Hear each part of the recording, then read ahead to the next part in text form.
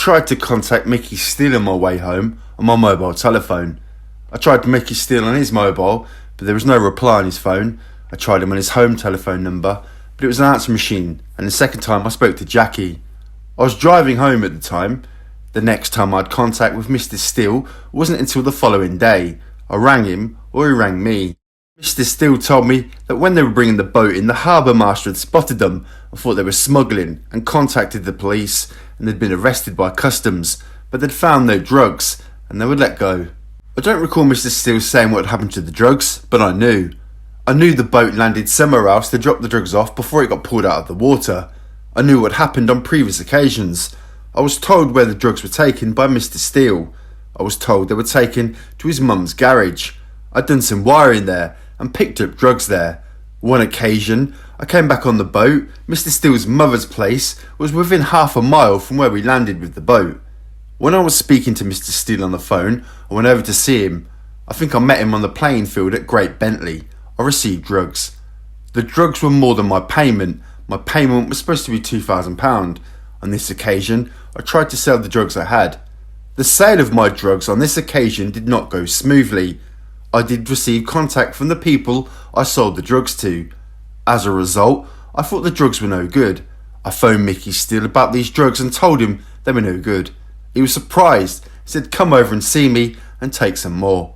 He gave me some more drugs, wrapped differently to the previous lot. I took my drugs back to Braintree and tried to sell them. These were the drugs he gave me outside the pub.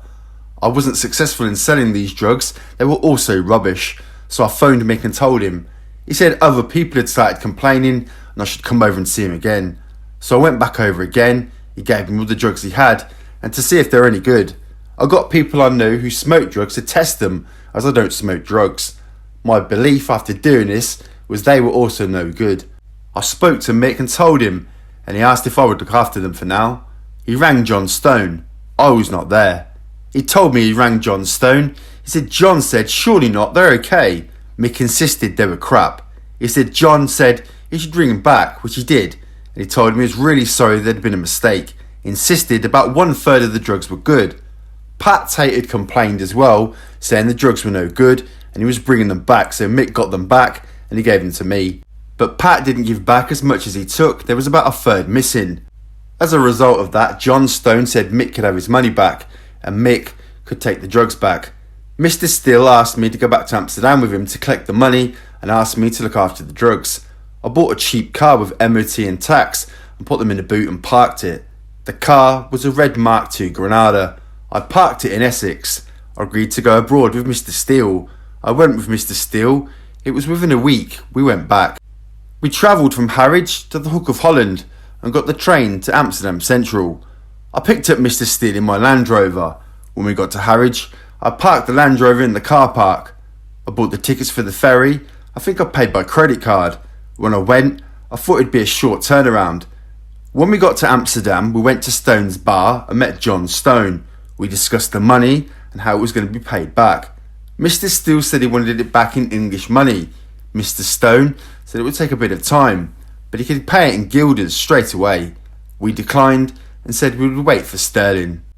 I don't think there was any sterling immediately available when we arrived, so we went for a walk around Amsterdam and returned to the bar later that day. When we returned to the bar, we collected about 30 to 35,000 in sterling. He said he had no more sterling that day and to come back tomorrow. I don't recall what Mr. Steele said to that, just that we would come back tomorrow. When we left the cafe, we went to the Delta Hotel on the Damrack. Just one twin room was booked. I booked a room in my name. I paid in cash. Each room had a room safe, which we locked the 30 to 35,000 pound in. The following day, we both went back to Stone's cafe. Mr. Stone arrived there. He still had no more English money at the moment, and we should come back later. So we went back later, the other end of the day. He then had some more sterling for us, about 40 to 45,000. There was approximately 40,000 to come. Again, he didn't have the rest of the money. If we waited, we could have it. We decided to wait initially, then Mr. Steele changed his mind. He wouldn't accept guilders. He was fed it with waiting. We stayed at the Delta for 2 more nights. We'd booked 3 nights but never stayed. The money was available within an hour to half an hour. We then went back to the hotel, got our things together, and went back to the calf. I can't remember how many guilders we got when we went back there. They were in 1,000 notes. I put the guilders in my jeans pocket. The sterling was in a holdall or a carrier bag. Mickey Steele was carrying it. The arrangement about taking the money back to England. Mick decided people would come over and take it. I stood outside the phone box when he phoned. He told me who he phoned. He told me he phoned Jack Worms and Patrick Tate. He didn't tell me how many people were coming over. He told me that Pat Tate would be coming over with other people. We travelled to Ostend. We were going to go by train, but we thought we were being followed, so we got a cab at the station. When we arrived at Ostend, Mick booked into a hotel at the ferry terminal. It was a booking for himself at the time, because I thought I was going home that night. I intended to take back a quantity of the money that night. I booked a walk-on ticket for the ferry to go back, but never used it. I went into the ferry terminal at Ostend to book the ticket. After I'd bought my own ticket, I was having a drink with Mick, and Mick was waiting for the others to turn up. I saw the others. I saw Pat Tate first. The last time I saw Pat Tate was in Basildon Hospital when he'd been shot for the first time.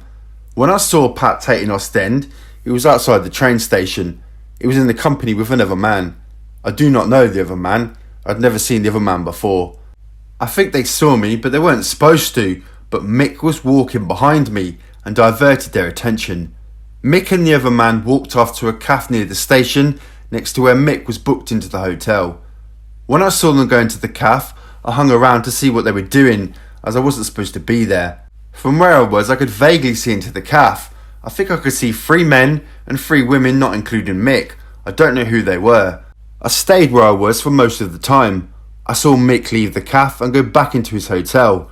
When Mick left the cafe, I think I ran over and spoke to him, and then he said he wouldn't be long, and then we could go and have a drink and something to eat. Mick then went into the hotel. He said he was going to get Pat's money and give it back to him. I saw Mick come out of the hotel, and he had a bag. I think it was a carrier bag. He went back into the front door of the cafe. Pat saw him and came out of the cafe, and they walked off up the side road between the hotel and the cafe. They went out of my sight. I saw them again a little later when they reappeared. I don't think I saw the carrier bag when they reappeared. They went into the cafe where the others were waiting. As soon as they went in, the whole group got up and went out. Mick was with them when they came out. I didn't see where they went. They went in the opposite direction of Mick's hotel. Mick came back a bit a little later from that direction. When he came back, we went into another bar several doors up from the hotel Mick was staying in. Mick said he had to pay for the others' hotel rooms as they had non-Belgian money, and he was going to meet them later for a drink. He left me in the bar and said he would be back soon. By this time, I'm not sure if Mick said, "You might as well stay the night." He said, "How much was the ticket?" I said it was about £11. He said, "Don't worry about it." I booked into the same hotel as him. I paid for my room with my credit card, I think. That evening, after Mick had come back, he said he left Pat and the others going to bed, and we were waiting for Jack to turn up. Yes, Jack turned up. I saw Jack pull up outside Station Ferry Terminal in his transit van. I think we walked over to him. He parked his van outside the station, then we walked up the road looking for somewhere to eat, and we found a Greek restaurant. Jack didn't want anything to eat, he just wanted a drink. We walked quite a way up the road, so he went to his transit. He had a cold drink, and me and Mick had something to eat. It was quite late, so Jack decided to go home.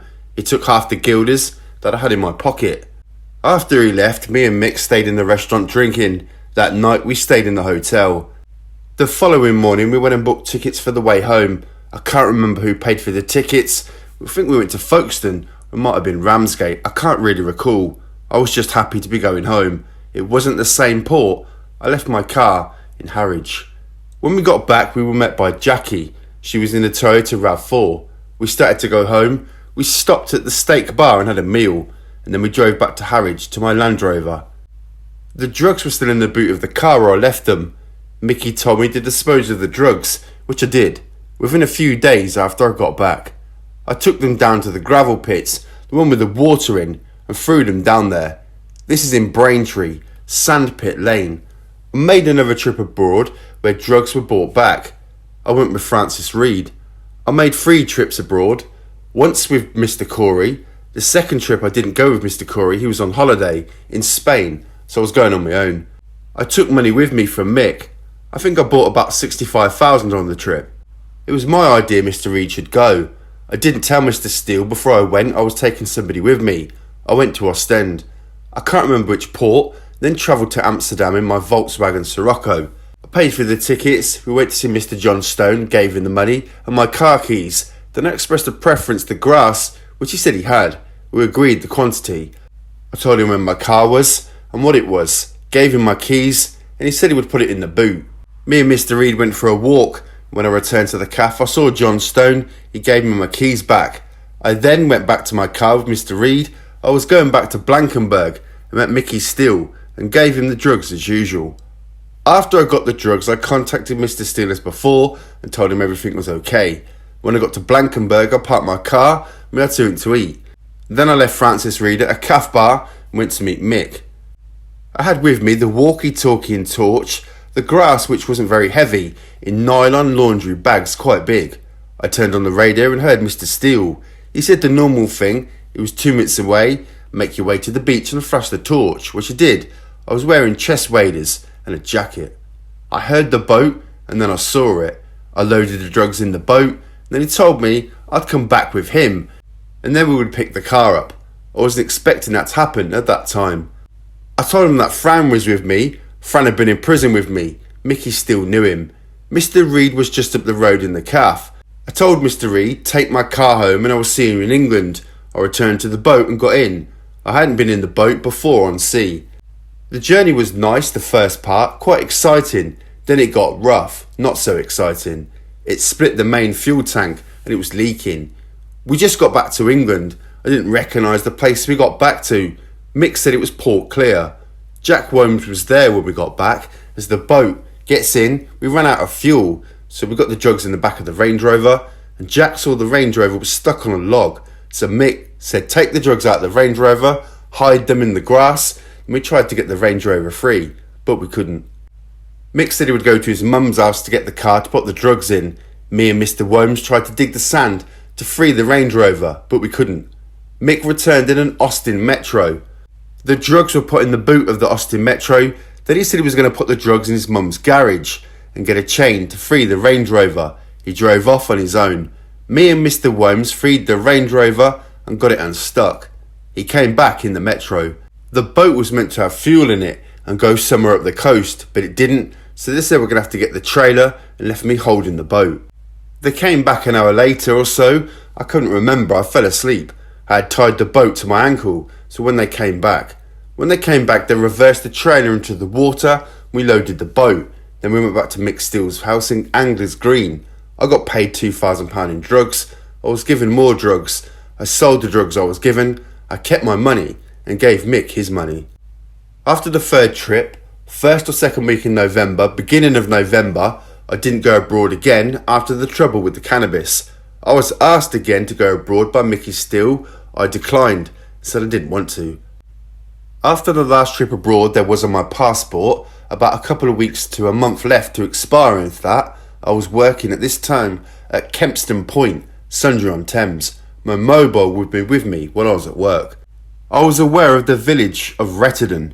I had been through Retterdon hundreds of times. I remember the last time I went through Retterdon. It was approximately a month ago. I went through Retterdon the latter part of 1995. I remember an occasion when I was there with other people. I remember that day. I was at work that day. I was working at Sundry-on-Thames. My mobile was with me. Mickey Steele rang me that day. He wondered where I was and would like to meet me.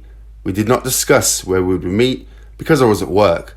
I agreed to meet him later that day at Ron Parkinson's Motorcycles, Marks Tay at 5 o'clock. I drove to Marks Tay in my Golf convertible. I have been to Ron Parkinson's before. It's those motorcycles. When I arrived, I parked in the flats opposite. Mr. Steele wasn't there when I arrived. When I arrived, I went into the motorbike shop. I bought something for my old motorbike, so over a battery or a light bulb. I then put it in my car. Whilst I was walking back to my car, I saw Mick. I waved to him. I said I was just putting something in my car. Then I got in his pickup truck. The pickup truck was a red Toyota. It was an M registration, I think. When I got in, I sat in the passenger seat. He said we were going to do a deal with Pat, him and Jack. I said, where is Jack? He said, he'll be here in a minute. I don't recall anything else he said. Then I noticed Jack had pulled up behind us. Jack was in a beige Volkswagen. It was a B registration. I'd sold the car to Michael Steele. When he pulled up, he got out and spoke to Mick. I don't recall what was said. He then got back into the car. Then we pulled off onto the A112, heading towards London. I was with Mick in his Toyota and Jack behind us in his Volkswagen. I can't recall exactly what was said, but he said we would meet Pat and there was going to be a drug deal. They were going to have a drug deal. I can't remember. At that time I didn't know where we were going. Mick said Jack would show me where the deal was going to be. He said I did know the place, but I'm not sure. He said don't worry, Jack would show me where to go. Nothing happened on the journey, just normal chat. He told me I was going to swap cars, and when I got in the car with Jack, he was going to meet Pat on his own. We stopped in a lay-by near the Halfway House, which is a pub restaurant on the A127. When we stopped in the lay-by, I got in the car with Jack. Mick was going to the Halfway House with Jack. We then got to the far end of the lay-by gates. We swapped drivers. Jack was going to swap the number plates. I got my feet wet. Jack was wearing overalls and wellies. I remember the wellies more than the overalls because they were new. When we stopped, Jack got out to stick the new number plates over the existing plates, but they wouldn't stick as it was too wet. I saw the number plates he was trying to stick. They were B registration as well, and they were brand new. When the plates couldn't be stuck on, they were put in the back of the car, and he said drive down to the Halfway House pub. I'd been to the pub only as a child, and driving past on the way to Southend. When we got to the pub, Jack told me to park at the back as far away from the A112 as possible, which I did. I could see Mick's Toyota parked in front of us to the left. After we parked, Jack changed his mind and said no, don't park here as close to the A127, so I moved the car. I could still see the Hilux, which was again in front but to my right. Then we had to leave the car running because the windows were misted up because of the weather. I said, shall I have a drink? And Jack said no. Then he said we were waiting for Pat to arrive and go to a meeting point. Shortly after that, he said, right, go. I saw a dark coloured Range Rover when he said that. The Range Rover drove and parked next to Mickey's Hilux. I couldn't see who was in the Range Rover. Jack then told me to drive off up the slip road by the pub and back down the A127 to Southend. This is what I did. Then he gave me directions down to the A127 and onto the A130 to Chelmsford, I think, which I'm familiar with. The A130 goes from the A127 all the way to Chelmsford, but we went to the Resident Turnpike, which is a roundabout with traffic lights on it. I went straight over to carry on to Chelmsford on the other side of the Resident Turnpike, and we went up the hill and back downhill and out the other side. Jack then said slow down and take the next right, which I did. It was a lane, not a road. Then I turned left into the gap to turn the car round. The headlamps were facing the road back towards the A130. Jack told me he would ring when he wanted picking up. I had my mobile with me. He got out. He had a bag and a coat from the back. The bag, I think it was a canvas sausage shaped bag. I didn't notice it was in the car before. I might have done, but it didn't register. He told me he would ring when he wanted me to pick him up. So I pulled off and went right towards Chelmsford. I drove down the road to the first point I could turn around in a petrol station. Then I drove back up the road and parked in a pub on the left hand side of the road. I left the engine running and checked my phone to see if I had a lousy signal. So I moved to get a better signal up the road. The pub I was in had a bright pink Morris Minor. The next pub I parked in passed the lane and up the hill and took the first left turn. Went up the road, turned around and first left up there, then came and parked outside the first house on my left and waited for Jack to ring. I didn't wait there very long. My phone rang. Jack said come and pick us up and hung up. I think I might have said okay. I turned right, went back down the road and had to wait for a few cars to go past so I could turn right into the lane. Then turned the car around to face the road again. I didn't see anybody, and after a short period of time the back opened and Jack got in. I didn't notice the interior light come on. I said, where's Mick? He said he won't be a minute, he's dropped something. Jack was sitting between the back seats talking to me. Then Mick opened the passenger door of the car and the interior light came on. When the light came on, I was looking at Jack. I noticed he had surgical gloves on. I saw something on them like blood. Mick said, turn the interior light off. Mick had shut the door about the same time, and then he said, let's get going. He said go left towards the Rettendon Turnpike, so I pulled out. Something clicked in my mind. Something had happened. I pulled out in front of a car. Mick asked if I was okay. I said yes, I was. And as we drove up the road towards the turnpike, Mick said, "They won't fuck us about no more." And Jack said, yeah, it was quite funny, because when Mick had shot one of them, his gun had fell apart. He kept asking if I was okay several times. I realised what had happened, but not to who. So I said, "I hope I don't fall out with you two." Mick said, "No, you won't fall out of us." Mick started to hand over to Jack parts of his gun. I saw the barrels. I don't know the names of the other parts. I definitely saw the barrels. I was driving. I was a bit confused at the time. From the Rettendon Turnpike, we went back up the A130 to Southend. Then at a set of traffic lights, I turned left, straight to the bottom of that road. We turned right and took another right turn, or 2 roads later.